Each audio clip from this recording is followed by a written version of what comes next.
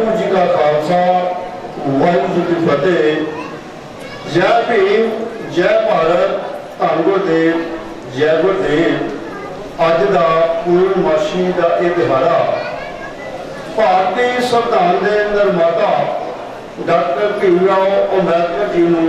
समर्पित है। डेरा महानपुरी विखे संत महापुरुषों के सहयोग के नाल इस नगर की पंचायत के सहयोग के नाल पंच के सदस्यों के सहयोग के नाल डॉक्टर जसवंत आए ने पिछले सालों तो इस स्थान के उत्ते हर महीने विच संविधान का दिहाड़ा ते पूर्णमासी का दिहाड़ा मनाने का यतन किया है। ये पाक कृपा संत महापुरुषों की है जिन्होंने इस स्थान के उत्ते आके बहुत समय पहला घोर तपस्या की और जगत जलंधर को शांत करने का उपराला किया है। डॉक्टर भीमराव अंबेडकर का जन्म 14 अप्रैल को साडे पंजाब विच भारत विच पूरे संसार दे विच बड़े उत्साह के नाल मनाया गया। जो अखबारों दी सूचियां से लिखियां कि सारिया अखबार भरिया पईयां सन और सारा साल जिहड़े आ उन्हां उत्सव जिहड़े आ मनाए जांदे आ। वो किदां दा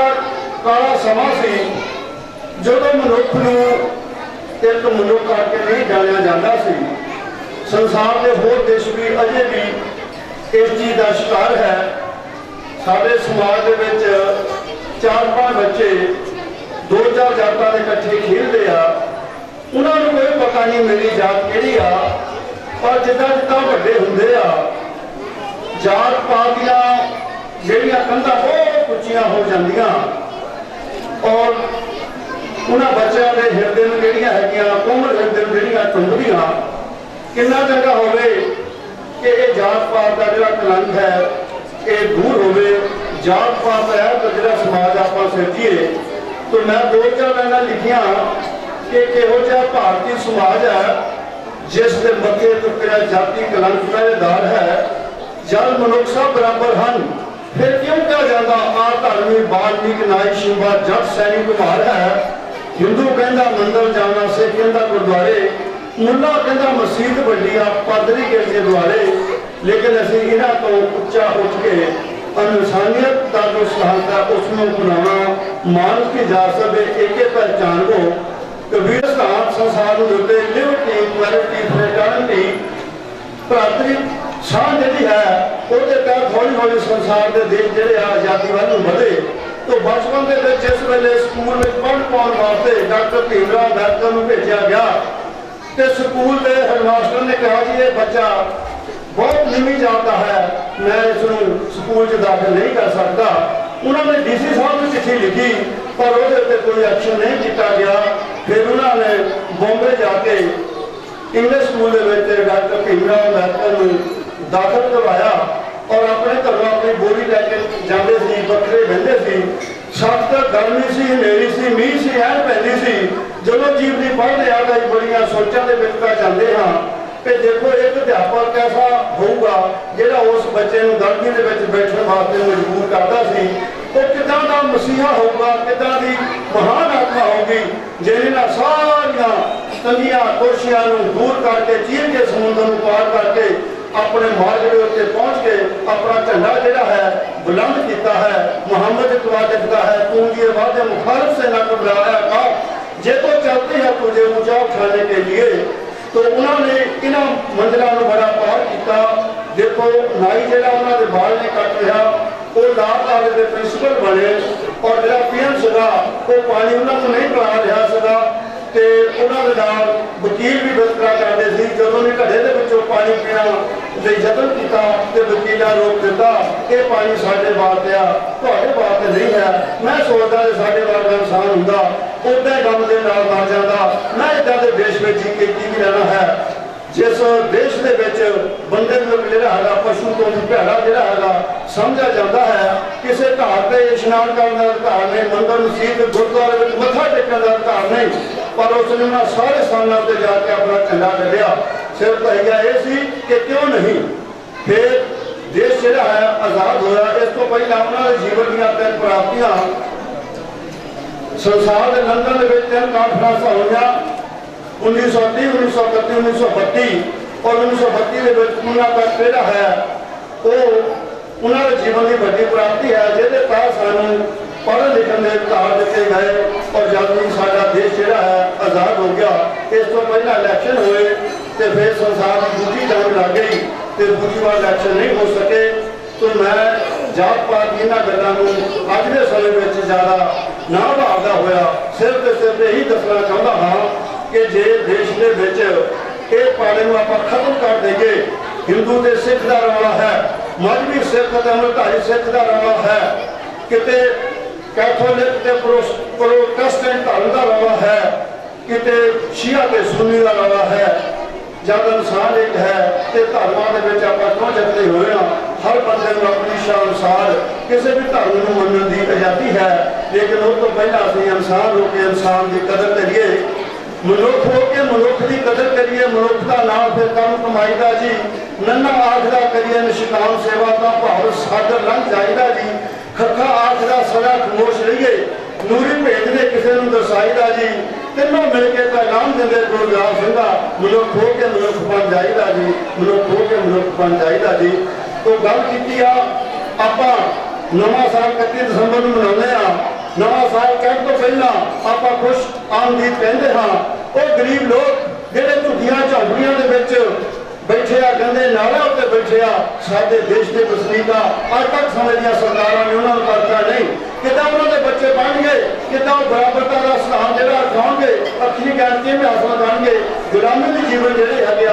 वो बता रहे हैं। तो आप देखते हैं कि बड़िया लखा अरबा करोड़ रुपया सारा संसार खा कह रहा कि नवा साल कहना है। उन्होंने लोगों ने नवा भी वही है पुराना भी वही है। मैं जिस वेले अपने पिंड तो हुशियारपुर शिफ्ट किया तो गुरुद्वारा साहब विखे नतमस्तक होया अमृत वेले फुलमाला भेंट की प्रसाद चढ़ाया अरदास करके बाहर आया तो नौजवान लड़कियां रिक्शा लैके जा रही धुंध पई हुआ और लिफाफे इकट्ठे कर रही। मन से सोचा हे मना इन्होंने लड़कियों मैं की कहा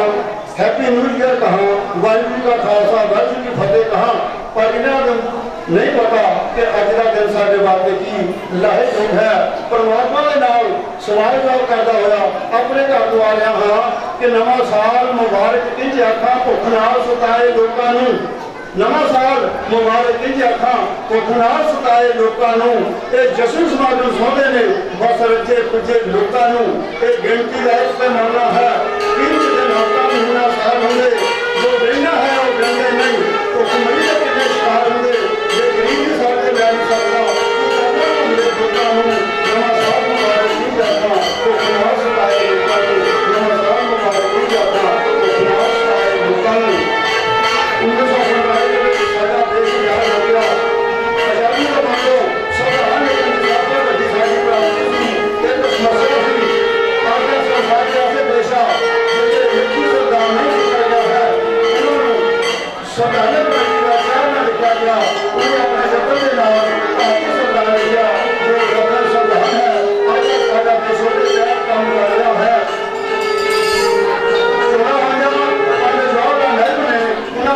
देश का कानून मंत्री बनाया और अपने बाप की 14वीं संतान से तो अस्तीफा देता।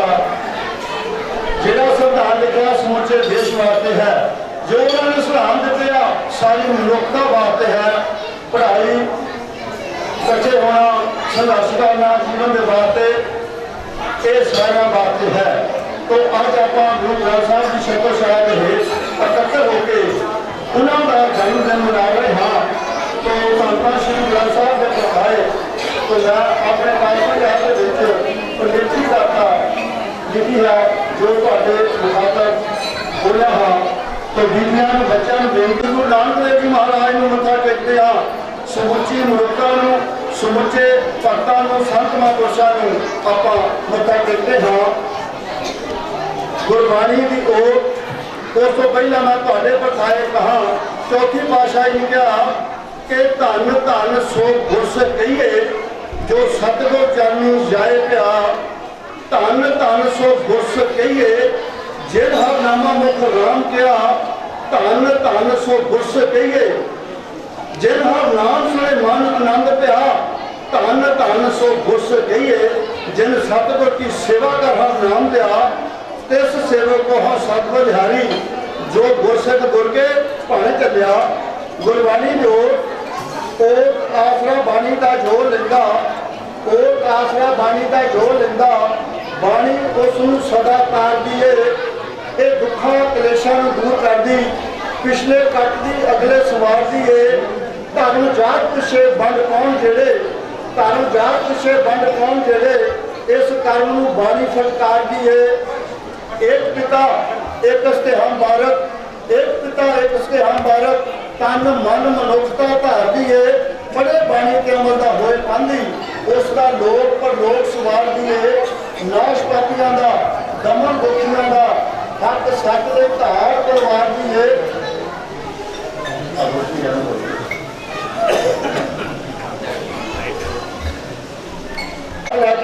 समझा रूप का रास्ता धारदी है गुरजाल नूं मान है देश पंजाब उत्ते गुरजाल नूं मान है देश पंजाब उत्ते खलकत बाणी नूं जिथे सत्कार दी है खलकत बाणी नूं जिथे सत्कार दी है तो साडे दो ये पिंड जिहड़े आ पूजन जोगा तारी ते सारी तारी सारी नगरी अंदर सुनाई फकीरां दी आवे चढ़दे पासे ईसर बाबा लैंदे सतपाल प्यारे गुरु नानक गुरु मोहनदास आखियां दे तारे ये हर पूरे ब्रह्म जानी तकदीरां बोलण वाले आओ इन्हां दे दर्शन करिए बणिए भागां वाले आओ इन्हां दे दर्शन करिए बणिए भागां वाले इन्हां ही शब्दां नाल वाहिगुरू जी का खालसा वाहिगुरू जी की फतेह जय गुरुदेव धन गुरुदेव जय भीम जय भारत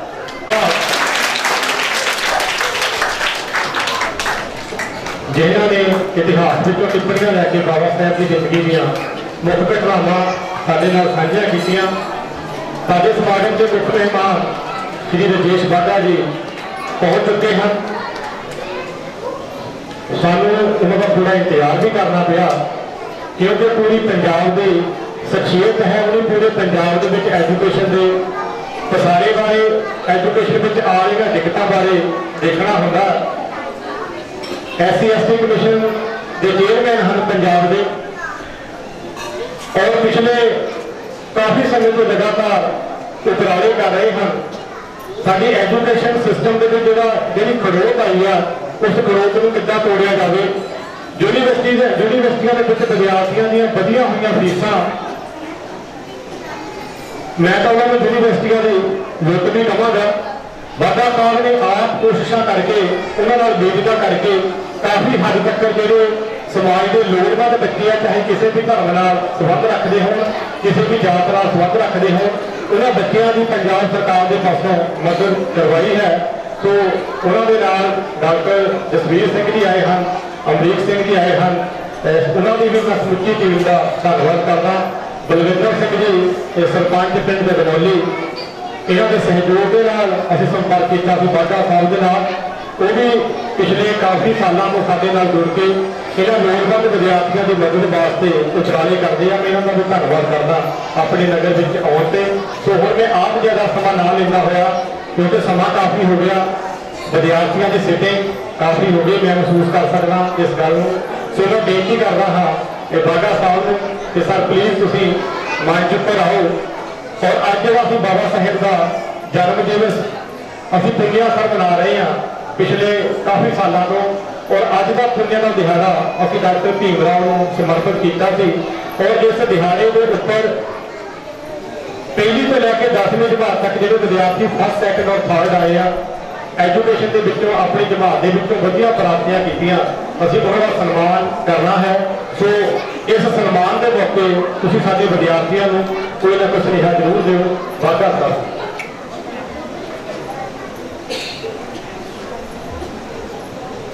अज दे बड़ा पवित्र दिहाड़ा गुरु पूर्णिमा जिस दिन से डॉक्टर अंबेडकर जी का 122वां जन्मदिन भी मना रहे हैं। डॉक्टर अंबेडकर जी ने जब गुरु रविदास जी गुरु कबीर जी जब भगवान वाल्मीकि महाराज जिन्हें भी इस देश के महापुरुष हुए स्वामी विवेकानंद उन्होंने इस देश को कितना अगे लेके जाया होगा ये बारे सानू रास्ता दिखाया। गुरु रविदास ने उन्होंने भी सानू बेगमपुरी की सोच दी कि बेगमपुरा उन्होंने कि ताज बनना जे असी सारे इकट्ठे होवांगे मिल संगत रहिए मत जैसे मत मक्खी का जिदा मधुमक्खियां इकट्ठिया रहिया पर काम अपना अपना कर दिया वो जो इकट्ठिया होगी फिर मिठास भी पैदा होगी उसका शहद जो वो बहुत मीठा होंगे पर जे कोई दुश्मन उंगल कर दे तो दुश्मन को सारिया इकट्ठिया का मुकाबला भी कर दिया। इसी तरह देश को इदा का बनाना साढ़े वाले कोई उंगल ना कर सके आपस में कभी इकट्ठे रहिए जात पात खत्म हो गए सारे बराबर हो कोई उच्चा ना हो कोई नीवा ना हो। इसे गल को लैके डॉक्टर अंबेडकर जी ने उन्होंने मिशन जो उन्होंने चलाया उन्होंने सब तो पहला काम ही सानू ये कहा कि तुसीं शिक्षक बनो सिक्ख्या हरेक लिए जरूरी है। जो संविधान लागू किया वो जरूरी गल्लां सिक्ख्या सेहत ते वोट का अधिकार ये सारे के बराबर के अधिकार पहला वोट पाने का अधिकार गरीबों को नहीं होता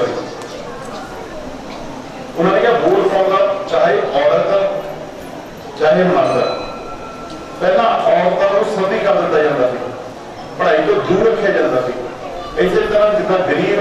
जितना दलित कहते हैं वो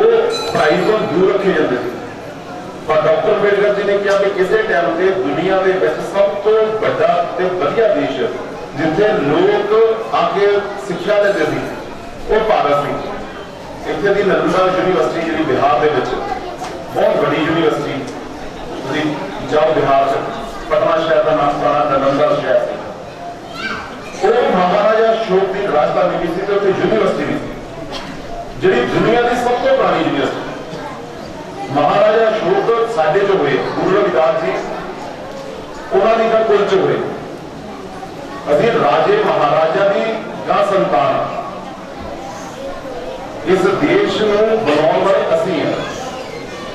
इतने तक्षशिला यूनिवर्सिटी जी पाकिस्तान से अफगानिस्तान के बॉर्डर से बनी वो भी सारे महापुरुषों ने पढ़ाई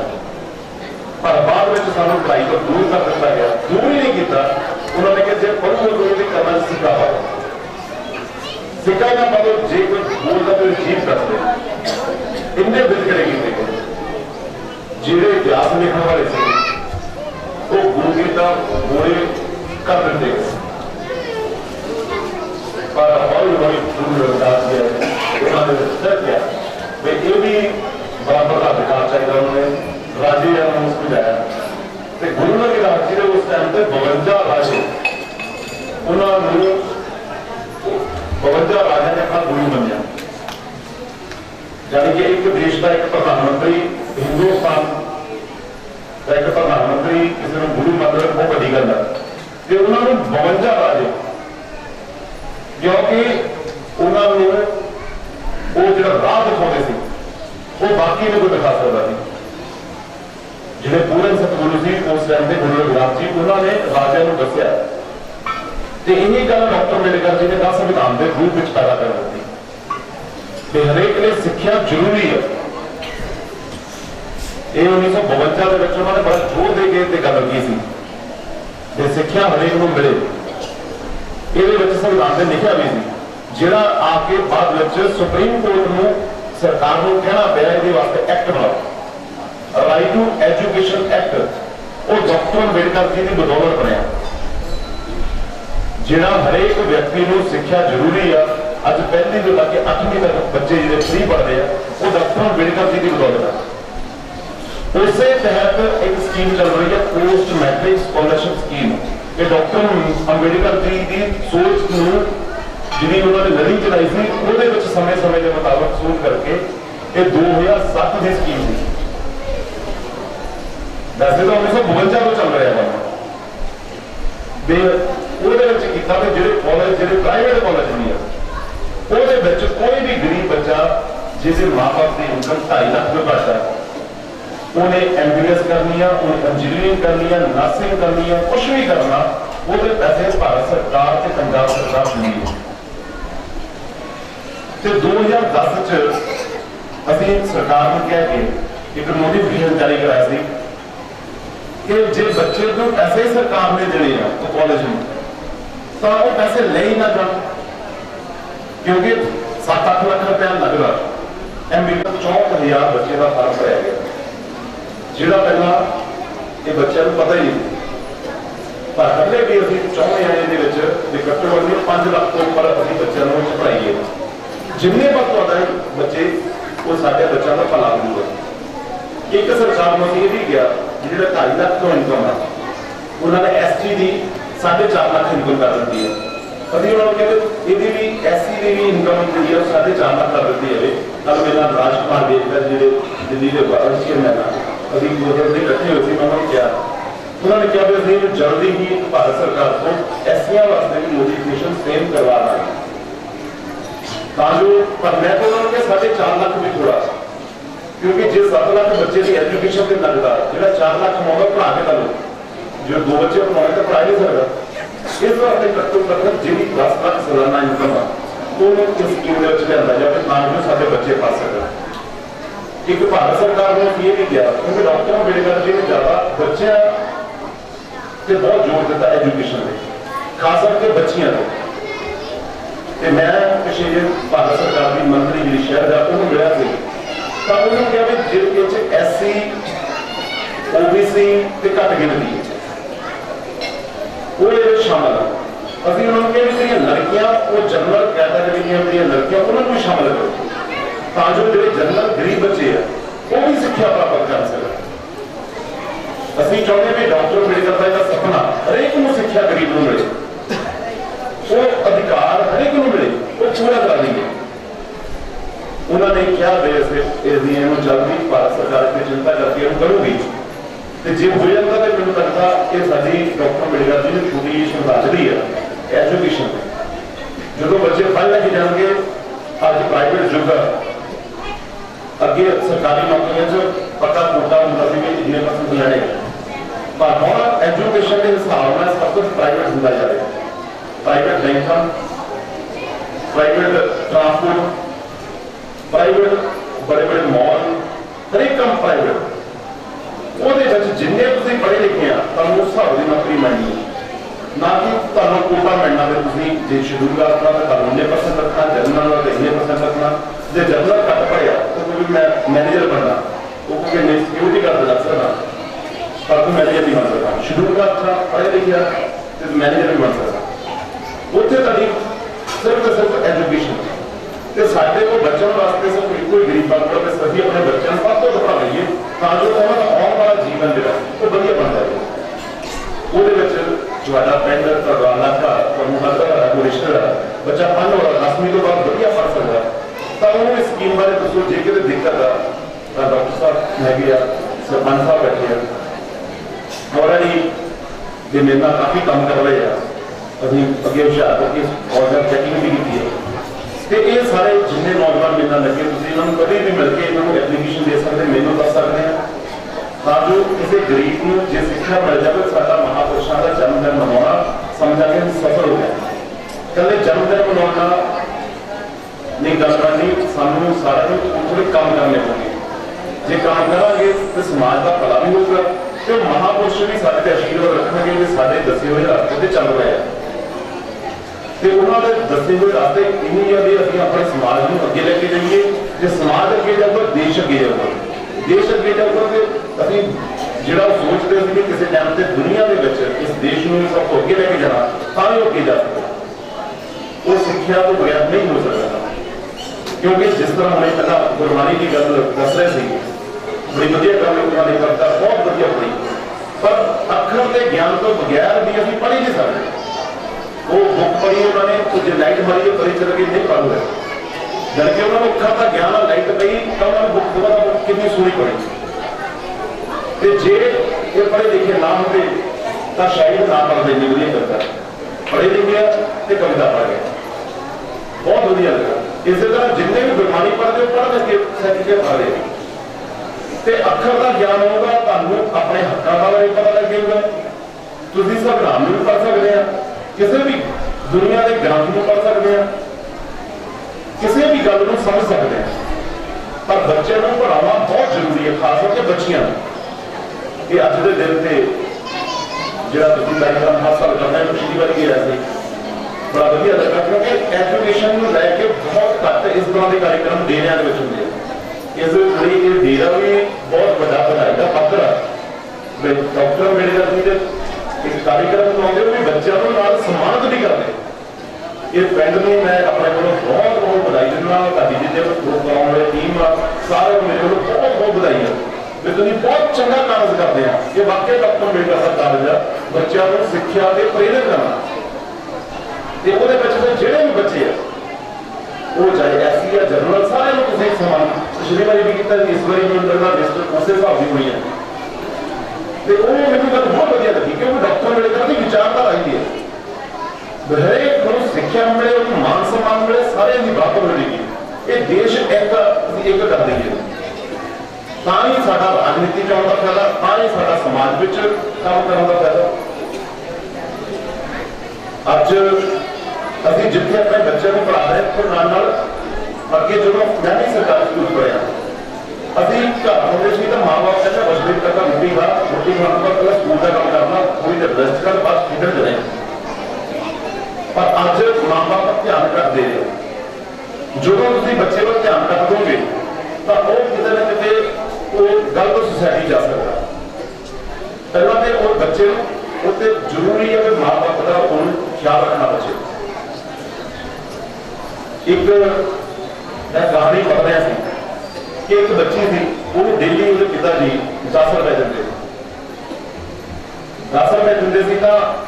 तो जो महीना हो गया उन्हें पूछा कि पिताजी तुम रात में लेट होने कहते बेटा मैं ओवर टाइम फैक्ट्री करना पैसा तो वो पैसे मिलते कहते कितने मिलते उन्हें मैं 350 रुपया 1 घंटे का मिलता। उन्हें कहा ठीक है। उन्हें सवेरे पिताजी ने कहा मैं 50 रुपए दो, उन्हें 50 रुपए देते। उन्हें गुल थोड़ी कुछ पूरे महीने के पैसे कटे 300 रुपया थी 50 रुपये वो पा के उन्हें अपने फादर के हथ से रखते फिर पिताजी अब जो ओवर टाइम तुम मिलना चाहना है घंटे के पैसे ओवर टाइम। उधर तो फादर को पता लग गया, पिताजी को पता लग गया कि बच्चे को टाइम चाहिए ना कि जरूरी पैसा चाहिए। सानू पैसा भी जरूरी है पर उन्ना भी जिन्ना साडी जिंदगी अगे बढ़ सके, ना कि बच्चे बिगड़ जाए पैसे की दौड़। बहुत सारे माँ बाप पैसे की दौड़ के बच्चों को घट समा देने के कारण अभी अपना आने वाला भविष्य नहीं खराब कर रहे। ये जरूरी है। अज जो मैं देख रहा समाज के मेरा दोस्त नहीं वो पिताजी वो चाचा जी वो इनकम टैक्स जमा नहीं करते हैं, उन्होंने कोई बेटा इस तरह ही वो शराब पीन लग गया तो मैंने उन्होंने कहा भी मैंने बड़ा दुख होया भी मेरा बेटा बड़ा है नशा करता है, आप वो ऑफिसर है। तो मैं उन्होंने कह रहा चाचा जी मुंडा नशा छड़ दूँ पर एक काम करना पैना कहते की मैं क्या तुम 5 बजे छुट्टी होंगी है तुम कर मैं कोई देखा नहीं भी 11 बजे तो पहला आ गए क्योंकि ताड़ी नौकरी बड़ी वधिया तुम कोई ना कोई बैठा देता बिठा के तो 11 बजे तो बाहर आने शराब पी के आने बच्चों का पता नहीं लगता की उन्होंने की नहीं किया। तो सवेरे तुम फिर जल्दी तैयार होकर चले जाए तो जे तुम 5 बजे छुट्टी मिल गई 5:30 6 बजे भी घर आ जाओ तो मैंने लगता सारा काम खत्म हो गया। उन्होंने भी गल चंगी लगी तो वो गल उन्होंने बेटे तक नहीं पहुंच गई तो उन्हें भी जो गल पता लगी उन्हें अपने डैडी को कहा कि गल बिल्कुल ठीक है जे तुम टाइम बनाओगे तो मैं अज तो बाद शराब की मैं कोई भी नशे में हथ नहीं लाऊंगा। मैं सानू अपना पिता चाहिए ना कि नशा चाहिए कि अभी अपने बच्चों को उन्हें टाइम देने तो दूरी तो नहीं बना रहे। अभी एकदम ये गलों पर जरूर ध्यान देइए क्योंकि साडा जिहड़ा देश की संपत्ति है धन असली बच्चे है। सानू बॉर्डर से जितनी फोर्स की लोड़ है उस ज्यादा लोड़ अंदर की सुरक्षा की है। अंदर की सुरक्षा से आप करनी देश की बाहरों नहीं करनी। फौज हमेशा बॉर्डर से रहती है घर जो सानू अंदर आप देखना पैदा इस वास्ते कि घरों की अभी कमजोर होते जा रहे हैं। ਜੇ ਇੱਕ ਇੱਕ ਪਰਿਵਾਰ ਕਮਜ਼ੋਰ ਹੋਊਗਾ ਤਾਂ ਦੇਸ਼ ਬਹੁਤ ਪਿੱਛੇ ਚੱਲੇਗਾ। ਇਹਨਾਂ ਗੱਲਾਂ ਦਾ ਸਾਨੂੰ ਆਪ ਧਿਆਨ ਰੱਖਣਾ ਪੈਣਾ। ਜਿਹੜੇ ਇਸ ਵੇਲੇ ਜਿੱਤੇ ਹੋਏ ਸਰਪੰਚ ਸਾਹਿਬ ਵੀ ਬੈਠੇ ਆ, ਬਾਕੀ ਵੀ ਇਹਨਾਂ ਦੇ ਨਾਲ ਮੈਂਬਰ ਪੰਚਾਇਤ, ਬਾਕੀ ਹੋਰ ਮੁੱਖ ਵਾਸਤੇ ਸੱਜਣ ਬੈਠੇ, ਇਹਨਾਂ ਨੂੰ ਵੀ ਇਹਨਾਂ ਦੀ ਡਿਊਟੀ ਬਣਦੀ ਹੈ ਆਪਣੇ ਪਿੰਡ ਨੂੰ ਕਿਸ ਤਰ੍ਹਾਂ ਅੱਗੇ ਵਧੀਆ ਬਣਾਉਣਾ। ਹਰੇਕ ਦੀ ਡਿਊਟੀ ਹੈ। ਜੇ ਮੈਂ ਸਮਾਜ ਦੇ ਜ਼ਿੰਮੇਵਾਰੀ ਤੇ ਬੈਠਾ, ਮੇਰੀ ਵੀ ਡਿਊਟੀ ਹੈ ਕਿ ਮੈਂ ਆਪਣੇ ਸਮਾਜ ਨੂੰ ਕਿਸ ਤਰ੍ਹਾਂ ਬਚਾ ਕੇ ਅੱਗੇ ਵਧਾਵਾਂ। ਸਾਡੀ ਸਾਰਿਆਂ ਦਾ ਜਿੰਨੀ ਡਿਊਟੀ ਹੈ, ਮੈਨੂੰ ਲੱਗਦਾ ਜੇ ਅਸੀਂ ਪੂਰੀ ਕਰ ਦਈਏ ਤਾਂ ਸ਼ਾਇਦ ਵੀ ਦੇਸ਼ ਨੂੰ ਕੋਈ ਸਾਡਾ ਕੋਈ ਉਂਗਲ ਵੀ ਦੇਖੇ। ਫਿਰ ਜਿਹੜਾ ਗੁਰੂ ਰਵਿਦਾਸ ਜੀ ਨੇ ਕਿਹਾ ਮਧੂਮੱਖੀ ਵਾਲੀ ਗੱਲ ਹੈ, ਤਾਂ ਉਹ ਮਧੂਮੱਖੀਆਂ ਦਾ ਛੱਤਾ ਸਾਡਾ ਪੌਦਾ ਮਿਲਣ ਲਈ ਤਿਆਰ ਹੈ। ਜੇ ਅਸੀਂ ਆਪਣਾ ਕੰਮ ਕਰੀਏ, ਅਸੀਂ ਦੂਜੇ ਵੱਲ ਦੇਖੀ ਜਾਂਦੇ ਹਾਂ, ਦੂਜੇ ਵੱਲ ਉਂਗਲ ਕਰ ਦਿੰਦੇ ਹਾਂ, ਪਰ ਆਪ ਨਹੀਂ ਸੋਚਦੇ ਕਿ ਅਸੀਂ ਸਾਡੀ ਵੀ ਡਿਊਟੀ ਨਾਲ ਅਸੀਂ ਆਪਣੀ ਪੂਰੀ ਕਰੀਏ। ਜਿੱਦਾਂ ਅਸੀਂ ਪੂਰੀ ਕਰਾਂਗੇ ਤਾਂ ਸਾਡੇ ਛੱਤੇ ਵੱਲ ਜਾਂ ਦੇਸ਼ ਵੱਲ ਜਿਹੜਾ ਦੇਖੂਗਾ ਤਾਂ ਸਾਰਾ ਦੇਸ਼ ਵੱਲ ਕੇ ਪੈ ਜਾਊਗਾ। ਇਹ ਜ਼ਰੂਰਤ ਹੈ ਦੇਸ਼ ਨੂੰ ਅੱਜ ਸਾਡੇ ਮਹਾਂਪੁਰਸ਼ਾਂ ਦੇ ਦੱਸੇ ਹੋਏ ਰਾਸਤੇ ਤੇ ਚੱਲਣ ਲਈ, ਤਾਂ ਜੋ ਸਾਡਾ ਜਿਹੜਾ ਭਵਿੱਖ ਹੈ ਉਹ ਵਧੀਆ ਬਣ ਸਕੇ। ਅਸੀਂ ਤਾਂ ਜਿੱਦਾਂ ਜ਼ਿੰਦਗੀ ਕੱਢਣੀ ਕਰ ਰਹੇ ਹਾਂ, ਪਰ ਜਿਹੜੇ ਆਉਣ ਵਾਲੇ ਨਵੇਂ ਬੱਚੇ ਆ, ਇਹਨਾਂ ਨੂੰ ਅੱਗੇ ਕਿੱਦਾਂ ਕੱਢਣਾ ਇਹ ਜ਼ਰੂਰਤ ਹੈ। ਤਾਂ ਹੀ ਸਾਡਾ ਜਿਹੜਾ ਇਹ ਜਿਹੇ ਧਾਰਮਿਕ ਕਾਰਜਕ੍ਰਮ ਜਾਂ ਸਮਾਜਿਕ ਕਾਰਜਕ੍ਰਮ ਕਰਨ ਦਾ ਸਾਨੂੰ ਲਾਭ ਮਿਲੂਗਾ ਕਿ ਮਹਾਂਪੁਰਸ਼ਾਂ ਦੇ ਆਸ਼ੀਰਵਾਦ ਨਾਲ ਅਸੀਂ ਇਹ ਪੂਰਾ ਵਿਸ਼ਵਾਸ ਹੈ ਕਿ ਅਸੀਂ ਤਰੱਕੀ ਕਰਾਂਗੇ, ਕਿਉਂਕਿ ਬੜਾ